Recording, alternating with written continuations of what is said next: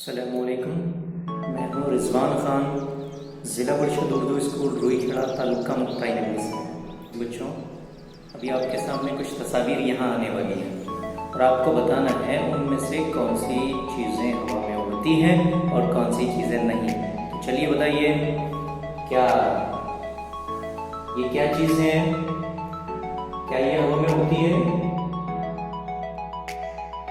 ये क्या चीज़ है? और क्या ये हवा में उड़ती है? ये क्या चीज़ है? क्या ये हवा में उड़ती है? ये क्या चीज़ है? क्या ये हवा में उड़ती है? ये क्या चीज़ है? क्या ये हवा में उड़ती है?